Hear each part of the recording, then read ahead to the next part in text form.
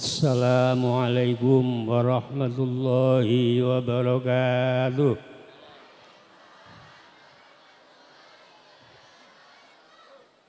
Bismillahirrahmanirrahim. Alhamdulillahilladzi arsala rasulahu rahmatan lil alamin. Wassalatu wassalamu ala sayyidina wa maulana wa habibina wa syafi'ina Muhammadin sallallahu alaihi wasallam wa ala alihi wa ashabihi ajma'in, amma ba'du. Para pengurus Madrasah Mathalil Huda ingkang kula mulyakaken, para bapak undangan ingkang kula mulyakaken,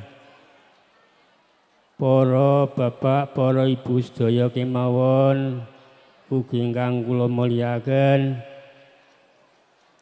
pasukan penabuh genderang yang saya cintai, marilah yang pertama kita ucapkan syukur alhamdulillah kepada Allah Subhanahu wa ta'ala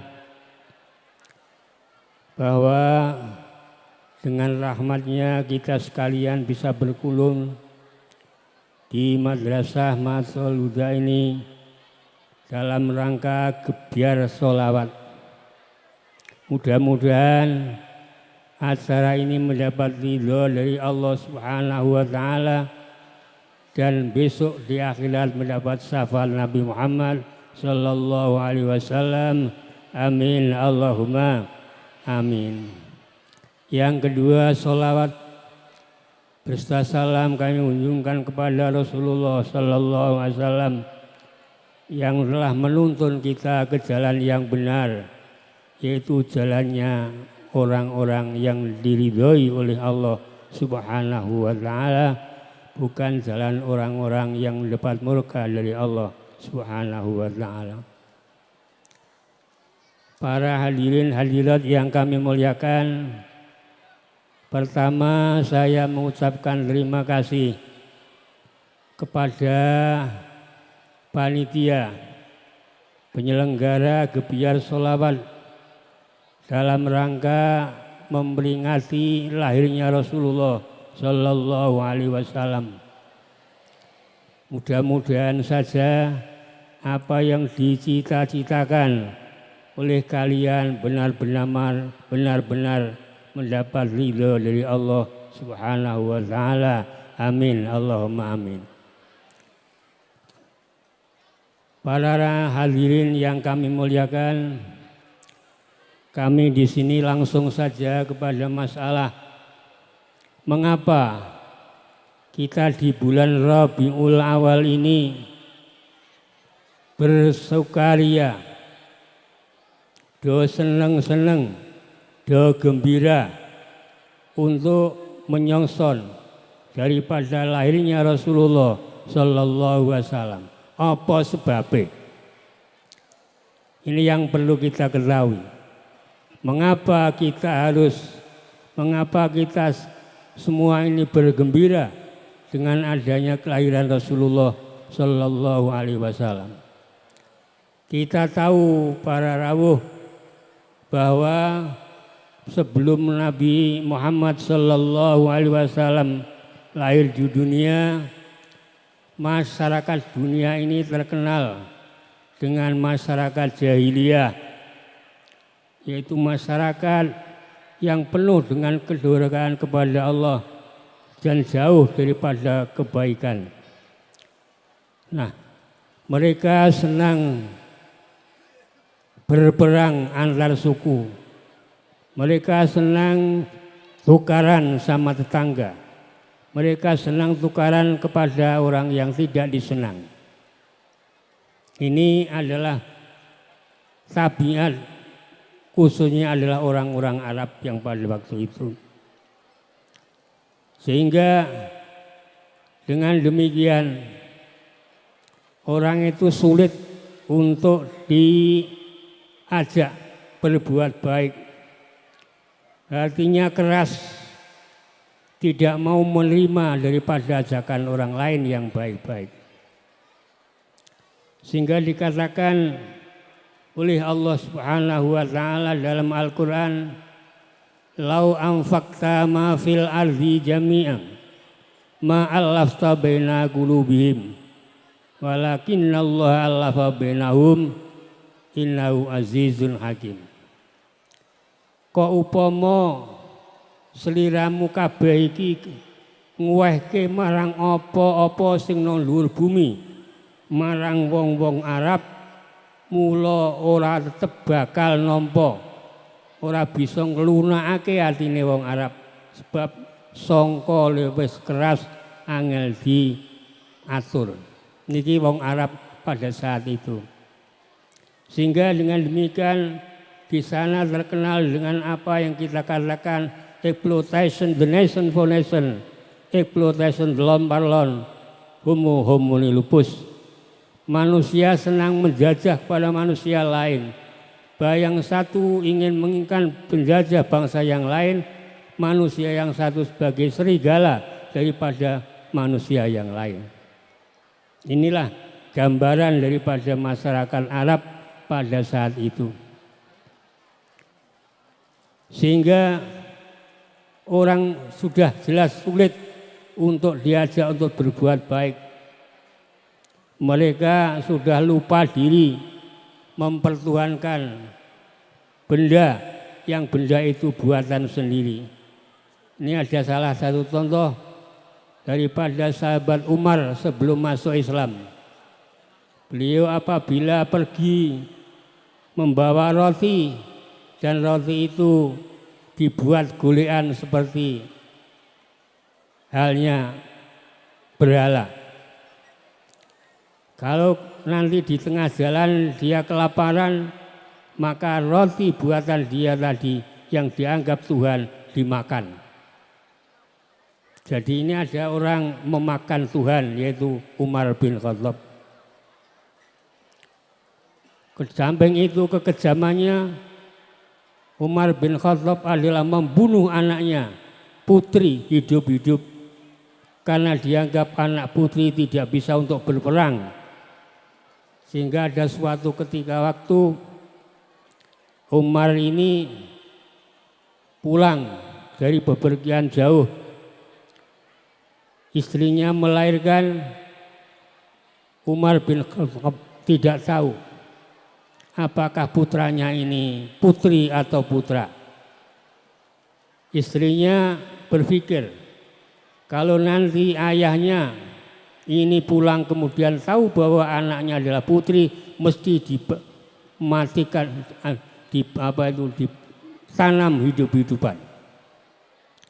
Sehingga akhirnya istri dari Abu Umar bin Khattab, anake sing wedok wau didamelake katok koyok cah lanang.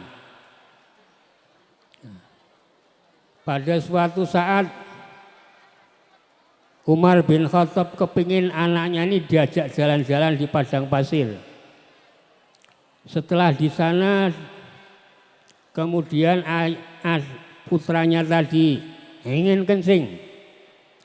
Setelah ingin kencing, maka akhirnya katok daripada putri anaknya tadi dibuka, ketahuan bahwa anaknya adalah putri. Langsung anak putri itu ditanam hidup-hidupan sampai mati. Maka pada saat beliau sudah Islam, ini pada mungkin satu kali dari apa? Pada suatu saat yang lain, dia ini tertawa, kemudian menangis. Ditanya oleh sahabatnya, mengapa Umar tertawa kemudian menangis? Dia mengatakan, saya tertawa karena ingat bahwa saya dulu pada waktu belum masuk Islam, Tuhan saya makan. Itu berarti bodoh sekali saya. Kemudian saya menangis karena saya ingat kepada anak saya yang putri yang saya tanam hidup-hidupan. Ini adalah dosa yang sangat besar pada saya. Saya baru tak mengerti ini adalah larangan daripada Allah Subhanahu wa ta'ala. Bapak-bapak, hadirin ibu dan anak-anak sekalian yang saya muliakan. Lalu bagaimana caranya Nabi Muhammad mengajak kebaikan kepada orang-orang yang sudah keras kepala, sulit untuk diajak bicara tadi? Maka Allah membuat hati Nabi Muhammad menjadi lunak dengan firman-Nya, fabima rahmatin lintalahum walau kunta fazzan ghalidhal khabbi lam faddu min hawlik.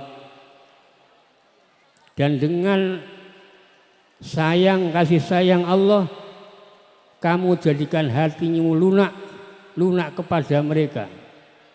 Seandainya kamu Muhammad hatimu keras terhadap mereka, mereka jelas tidak mau mengikuti kamu dan orang-orang akan lari dari kamu sekalian. Maka dengan hati yang lunak, dengan hati yang begitu demikian kasih sayang, maka oleh Allah dikatakan wa ma arsalnaka illa rahmatan lil alamin. Tidaklah aku menutus pada kamu kecuali untuk belas kasihan pada alam ini.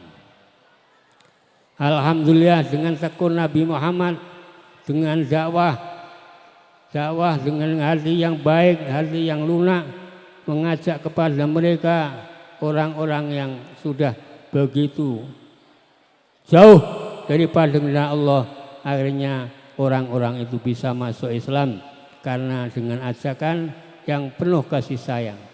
Seperti Umar bin Khattab, ini adalah orang terkenal dari orang yang keras dan mateni wong itu adalah merupakan hal yang biasa. Ini Umar sebelum masuk Islam. Demikian juga adalah Khalid bin Walid. Dia masuk Islam karena keluhuran budi daripada Rasulullah Sallallahu Alaihi Wasallam. Maka alhamdulillah anak-anak sekalian, dengan perjuangan Rasulullah yang begitu baik, begitu halus, begitu menyenangkan, akhirnya dari orang-orang yang kafir banyak itu masuk Islam semuanya, apalagi pada waktu Fathu Mekah. Di sana pada waktu Rasulullah masuk Mekah, ini orang-orang kafir Quraisy wis dono nggone masjid kabeh. Kemudian bagaimana orang-orang Quraisy yang sudah berada di masjid tadi ditanyai oleh Rasulullah, kira-kira aku iki ape ngapakno kowe wong Quraisy, sing kowe wis nundung aku nang Madinah, sing kowe wis ngoyo-ngoyo karo aku sak balaku nang Madinah, iki aku saiki mlebu nang gone kira-kira piye? Jawabnya mereka, Muhammad adalah orang yang baik, saya yakin engkau akan berbuat baik kepada kita semua. Dengan jawaban itulah maka Rasulullah Sallallahu Alaihi Wasallam, orang-orang Quraisy tadi kemudian semuanya menyatakan masuk Islam karena daripada keluhuran Nabi Muhammad Sallallahu Alaihi Wasallam. Maka Nabi terkenal dan beliau adalah disanjung oleh Allah, wa innaka la'ala khuluqin azim, sesungguhnya kamu Muhammad adalah mempunyai budi pekerti yang agung. Dengan budi pekerti yang agung inilah yang bisa menolongkan oleh orang-orang yang dulunya anti Islam, akhirnya dia berbalik menjadi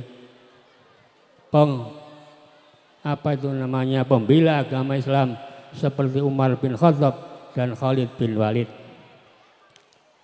Anak-anak sekalian yang saya muliakan, oleh karena itu, karena begitu perjuangan Rasulullah, kok upamane Kanjeng Nabi ora lain nang alam donya iki, kaya apa kita jadi wong musyrik, tidak mau menyembah kepada Allah. Tapi dengan adanya Muhammad sallallahu alaihi wasallam yang ada di dunia, orang dunia menjadi baik semua, menjadi orang Islam semuanya. Amin Allahumma amin. Maka kita sambut kelahiran Rasulullah ini dengan gembar selawat Nabi. Mudah-mudahan tadi kita mendapat syafaatnya besok di hari kiamat. Amin Allahumma amin. Dan selawat itu adalah perintah daripada Allah Subhanahu wa ta'ala, sebagaimana firman-Nya, Innallaha malaikatahu yusholluna 'alan nabi ya ayyuhalladzina amanu shollu 'alaihi wa sallimu taslima. Allah dan para malaikatnya berselawat kepada Nabi. Maka hai orang-orang yang merasa beriman, bersolawatlah kamu kepada Rasulullah sallallahu alaihi wasallam. Shollu 'alan nabi. Shollu 'alan nabi. Shollu 'alan nabi. Mudah-mudahan kita besok di kiamat mendekat syafaatnya Rasulullah sallallahu alaihi wasallam. Dan barang siapa yang mau berinfak untuk kelahiran Rasulullah, maka 1 dirham akan dibalas oleh Allah Subhanahu wa ta'ala dengan gelondong emas gunung untuk jihad fisabilillah. Ini pembalasannya. Siapa yang membaca selawat 1 kali, Allah membalas 10 kali. Man shalla alayya marratan sallallahu alaihi asra. Nabi mengatakan bahwa siapa saja yang memberikan selawat kepada saya 1 kali, Allah akan membalas 10 kali. Oleh karena itu anak-anak, mari kita menunggu keterangan daripada beliau Habib Abu Bakar bin Aqil dari Jepara untuk sama-sama saling berselawat. Dan Nabi sangat senang mendapat kuluran panjenengan ini berselawat. Mulane alhamdulillah bocah ememba kepingin nganakno gebyar selawat. Itu adalah cita-cita yang baik, itu adalah cita-cita yang bagus, itu adalah cita-cita untuk mendekatkan diri kepada Rasulullah sallallahu alaihi wasallam yang akhirnya menjadi ummatan mahmudah. Amin Allahumma amin. Shallu 'alan nabi. Shallu 'alan nabi. Shallu 'alan nabi. Kiranya tidak banyak yang saya sampaikan. Segala kekurangan kami mohon maaf yang sebesar-besarnya.